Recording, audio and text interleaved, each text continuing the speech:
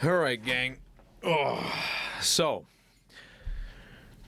I'm sure all of you have been waiting on pins and needles to listen to this video because you were patiently waiting for the release of the last video.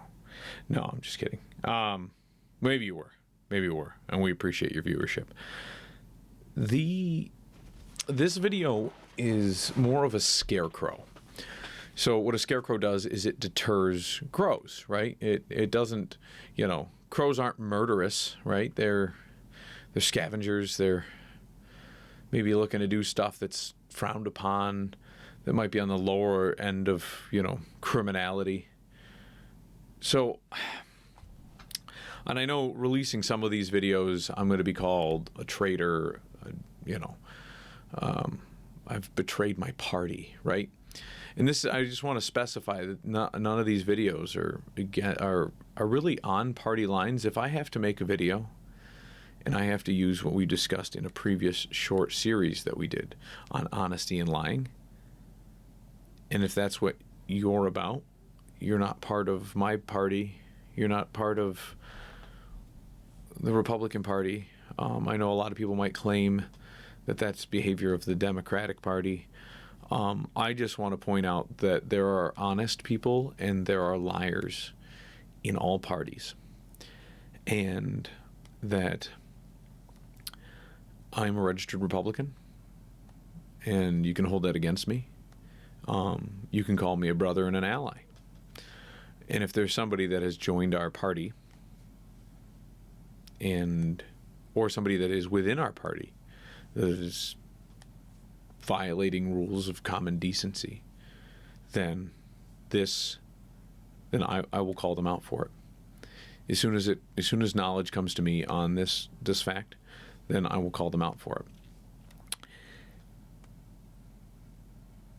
And I also want to point out that if something doesn't smell right, then it probably isn't. And that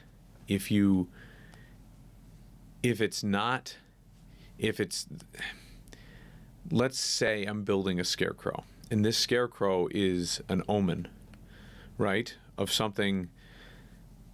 This scarecrow is scaring people away from doing something bad. So if I just smell that there might be something bad afoot, and I'm bringing you to light by giving you a Nostradamus type of speculation on it, I'm hoping that by me calling it out there, putting forth into the world something that I think is an impropriety, and it prevents you from doing it, so that you don't have to be, so that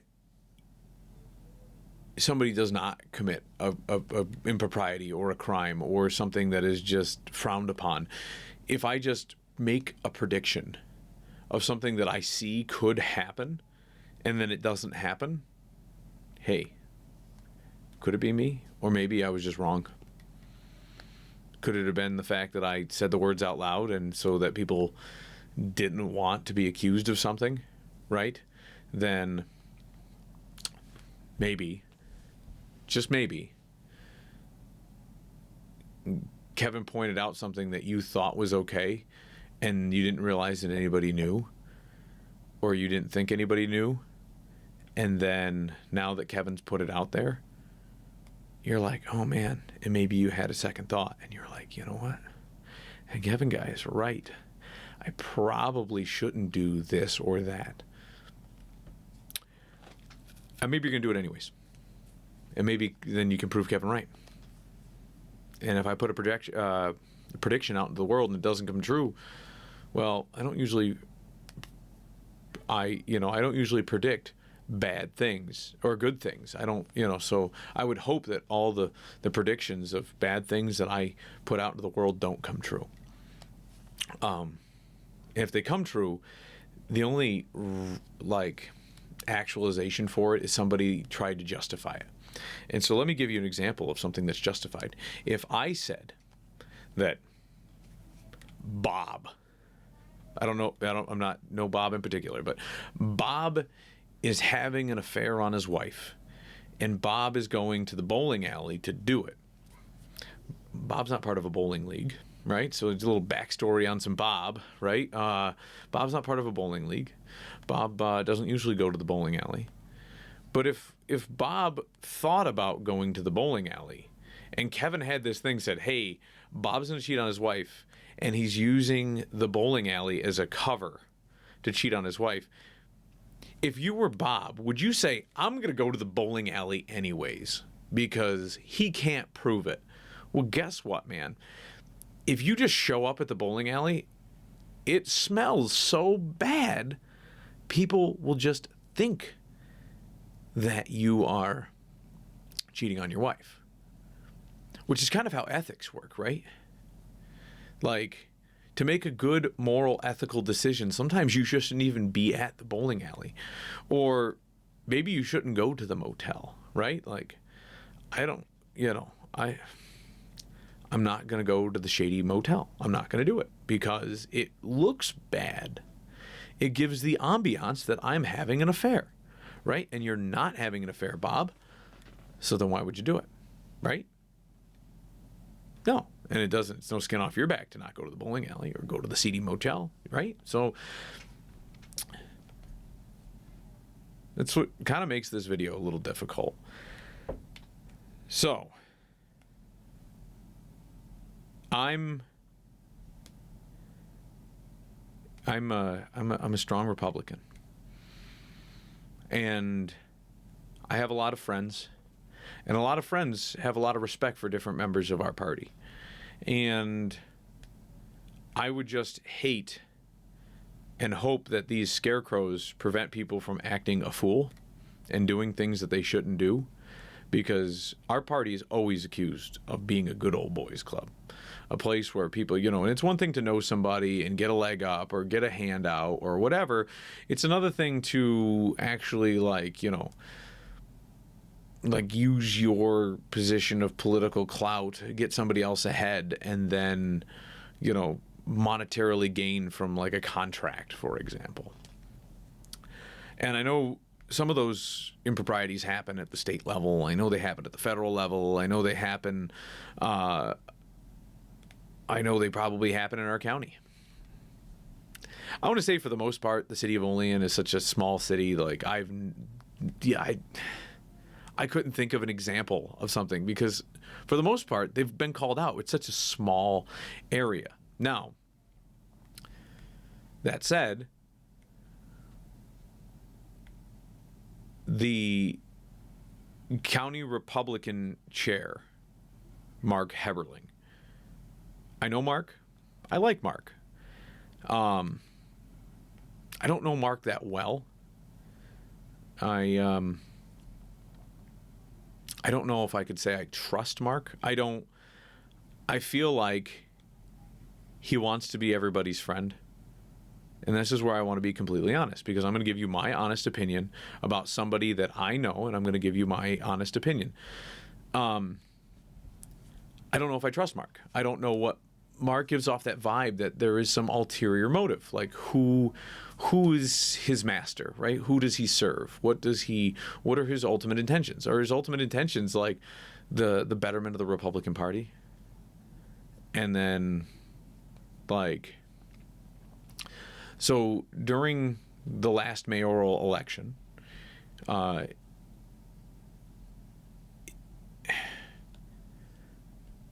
Mark acted as if he was supporting the incumbent up until he lost the primary. And then he was visibly at the side of Amy Sherburne, who was the victor of the Republican primary. And then he was and then she won, obviously, the general election, but he was at her side the entire time, slowly weaning away from, associating with the incumbent, which led to their own little internal whatever. Like, that's not what we're here to talk about. It's just, it's odd how a county a county level Republican official became so interested in this race. I followed the last 4 mayoral races very closely, and this is the first one that even people that have followed it for decades said there hasn't been this much county involvement, from county legislators to the head of the Republican Party to the, just a lot of county involvement. And for somebody like Amy, who is new to politics, new to actually holding political office, running a campaign, this and that, I don't know if she would feel some sort of obligation or appreciation for these people and their helping hand. And it's one thing for somebody to help you in your campaign. And so I would hope, for our new mayor's sake, that she realizes that, like, you can appreciate somebody for helping you to get where you are. And when you help somebody in a political capacity, you're to be rewarded with a thank you.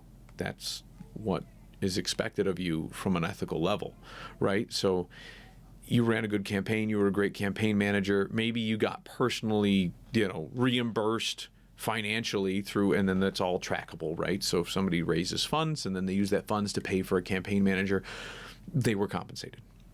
And that's a legitimate way to compensate somebody. If somebody helped you by, door knocking and stuff like that, and you know what I mean, like, then you paid them, that there's a paper trail. If you just help them out of the goodness of your heart, then you're not expecting anything in return, and you should accept a thank you, and be on your way. Or hey, like, maybe the mayor saw her, the expertise of somebody and said, hey, you're also a really good accountant. I'd like to pick you for my team here, right? Like, as, such and such a position of my cabinet. And you're like, okay, great. Things like that. That's somewhat acceptable. As you start to go down a rabbit hole, though, or as I start to go down a rabbit hole, there have been talks and rumors. So as we had talked in the previous video, the county has in the past, many years in the past, tried to make power plays and always had this resentment towards the city and wants, to kind of have a stronger hand in controlling the city and what it does and what it should do. And I understand working relationships and trying to move forward everybody, and, sometimes it is a struggle and sometimes it shouldn't be a struggle. But the problem is it's not a power struggle. We have designated lanes, and we should all stay in them for the designated power for each group. And so I just don't want, too much power to be foisted on the county, or the county to have too much control over the city's affairs, because it's the city. The city is not the county. The city is not to be run by the county. But that also said, so then you start thinking, okay, from a personal level, like, and it kind of shocked me a little bit, because I didn't realize, it's one thing for photo ops and a few Facebook posts and things like that. And I was actually going to let this video slide until after I saw, like, all the comments on Facebook from 2 people in particular, and we'll get in that in just a minute. But I had talked to a friend of mine, and he mentioned, how great Mark is, and that he's never done anything that he thought would be untrustworthy, which is fine. And so I was like, you know what? Maybe I am over exaggerating. Maybe these rumors are just rumors, and that's why I'm not going to call out anybody in particular for an action that's happened yet. And that's why I want this to be a scarecrow, so that this Nostradamus prediction is going out into the world as like a hologram scarecrow that just says, hey, if you were thinking about doing something, because I just don't know how you would react in a situation like this, But I know that if these actions were to happen, I would cry corruption if I were to see certain things. So it's striking me as very odd. It's not passing a smell test. And, you know, the Republican county chair is taking our new mayor to all these different events and incorporating her into all these great things, which is great for somebody who is not, does not have all the political experience that, you know, other people in the field have had. So it's one of those, like, you haven't been part of this government for a minute, so let's acclimate you. That's fine. It's just, it's a very, very quick hand of friendship from a county representative, right? And that's what a representative at the county tier, who is from like Franklinville or Farmersville or something. It just strikes me as a little odd. Now, his wife is a county legislator. Her name is Ginger Schroeder. She has a law firm out of Buffalo. I believe they deal in labor relations. Now, I'm not positive when the city's contract, because the city does union negotiations, and part of union negotiations is, both sides have lawyers, right? The city's in-house city attorney typically does not do usually is not specified. Usually they're kind of well-rounded in municipal law and, just traffic infractions and court cases and barking dog. They take care of a lot of stuff. Tenancy landlord stuff, code enforcement, penalty enforcement type stuff, and dealing with the court system. They're typically not specialized in, like, divorce. Like, you wouldn't find a divorce attorney and make them the city attorney. You might find a labor relations attorney and make them the city attorney, but that's gonna make them more finite for this. If they were like a grant attorney, somebody who argues for grants and appeals stuff, like, you would go for that. You don't really need a litigator, a toe-to-toe. You don't want a criminal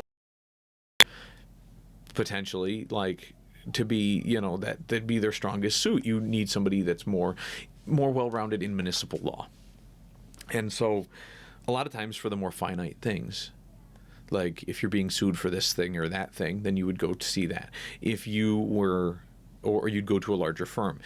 If you're looking to have somebody represent you during your labor relations, you'd go to a labor firm.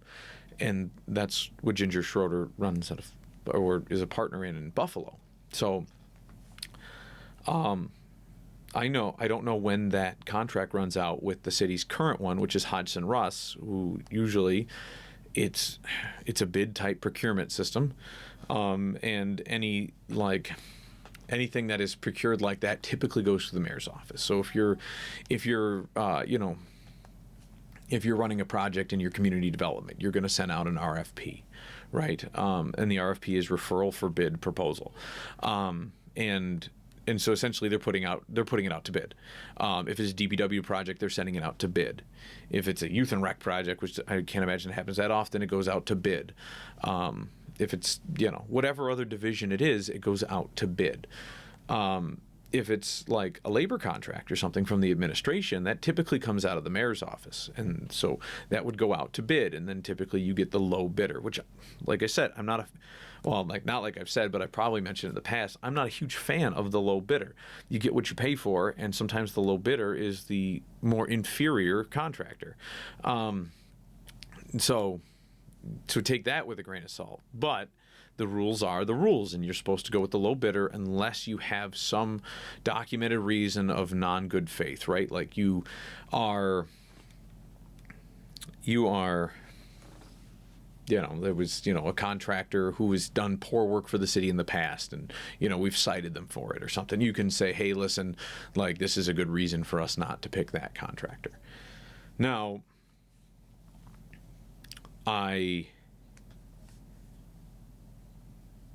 so if it were to go out to bid, I would think that the deep relationship between our current mayor, Amy Sherburne, and Mark Eberling and his wife, Ginger Schroeder, Heberling, sorry. not the car salesman. I would hope that they would say, hey, listen, our relationship is getting too close for me to try to bid for my law firm. And I know that the argument would be, but they're a good law firm, right? Okay, that would be one argument. Another argument would be, well, yes, but we bid the bid process. And okay, well, if you happen to be the low bidder, then why hadn't you have gotten it in the past? Did somebody just tell you what the bid was beforehand? And there's all that, like that just that cloud that comes about when somebody points out these types of relationships that are happening, and you say, hey, Kevin put out this video, and these connections that he's drawing bring up a very good point, that it could come across as an ethics issue. And just for a matter of faith, even though that I know that I could do a good job at my law firm for the city, it wouldn't ethically be right. Or maybe I could do it in a way that it ethically would be right. But Kevin brings up a good point, that it smells like unethical behavior. And so I should just keep my distance from it. Because that's what you do. Right? I know a few people in different areas, and they can't, you can't hire. When I was an alderman, you'd read the ethics pamphlet that they give you from the state, and it says, like, you can't, if you're an alderman, you can't work there and have a spouse that works there. And then specifically, and then they even go down to deeper levels, like it's more of an ethical discrepancy if your spouse is a subordinate of you, or vice versa. And you can kind of keep some degrees of separation if you are like in different divisions and whatnot, or like, but if you were the mayor, you couldn't hire your husband to work in streets or something. You know what I mean? Like, that's just, if you already existed working there and you ran for mayor, it still holds up quite, because now there's a subordinate relationship there. Like, it might be 7 degrees of separation, but you're still in that chain of command, and that poses an issue where you'd have to be studying a lot of ethics to try to haze that one out. Maybe I just wouldn't run for mayor if my spouse was working for the city, or maybe I would prepare for my spouse to resign, because that's just what you would have to do if me and my spouse had a conversation about running for mayoral office and one of us worked there, right? That would that's the conversations you should have, because you got to expect stuff like that to happen. It just, when certain things smell the way they do, I know that the former judge, Dan Palumbo, was my attorney. And if he hadn't been my attorney for a year, I could go in front of him. If I had been a recent client of his within a year, I had to wait a year to get in front of him, because of, just to create some degree of separation, because it would be considered unethical. And that's not his rule. That's the state's ethics rules. The other thing is that, like, none of Dan's relatives would be able to stand in front of him as a judge, because there is no degree of separation from a relative. There is no, like, well, he was my relative a year ago. Like, no. He's your relative currently. And so the year starts from the moment he's not your relative, which that can't happen unless the person's dead, at which point they wouldn't be in front of you. So essentially, you always have to recuse yourself from a relative. I know past judges have had to follow those same rules, and current judges follow those same rules. And they're like, I know the current judge. I know Dan, the former judge. I know the judge before Dan, and I know that they were very ethical men that had that had strong values and convictions, and I know that if they were presented, if a relative had to go in front of them, right? Like, let's say that rule didn't exist, they would not they would not. They would not. They would not act unethically, and they would do what's right. They would never be in more or less favor. They would take the case at their merit. The problem is that this is how the law saw it and said, hey, it doesn't matter. It doesn't matter how ethical you are. One egg ruins the dozen, right? And for one person to do it, you know, it's better for us to create a rule that just says you can't. Even though we know 9 out of 10 of you would do a great job. There's going to be one person that squeaks through, it's going to ruin it, and havoc is going to be, because if men were angels, we wouldn't need government. So that's what I'm saying. And so where certain things don't, when something smells unethical, it probably is. Even though you might be Jesus Christ, there should still be, if it smells unethical, you probably should keep your distance. You should have a poll that you keep your distance from that situation and say, hey, I'm not going to bid that because that sounds unethical. That would be unethical for me to bid that because of my close ties to the mayor, because of my husband's close ties to the mayor. And that it was both Mark and his wife Ginger, who hardly ever pop up on my Facebook feed, congratulating her on her State of the City address and her winning and taking office. That's what sent me over the edge on just thinking, man, I probably should just make a Scarecrow message, just something that just says, you know what, maybe I'm just reading you guys wrong, and I hope that's what it is. I hope that I'm just reading people wrong, and I hope there's no improprieties. God, I hope I'm wrong. And you can yell at me and you can hate me forever because either I just blew up your, a way for you to make money, or I made outlandish claims on rumors. Not outlandish claims. I followed a logical path of something that somebody could do, and I'm putting them out there into the world. So it's something that somebody could do, and I hope it doesn't happen. And I hope you prove me right, that it does not happen. So, with that said, that'll end this part of the series. Stay tuned. We'll have another part of this series unpacking our county government. And then Kevin will also be reviewing what I like to call the halftime show, which is the State of the City address by our new mayor. So I haven't listened to it yet, so I'll give you guys my play-by-play because politics is my football. It's my, general elections are my Super Bowl. It's where it all comes in.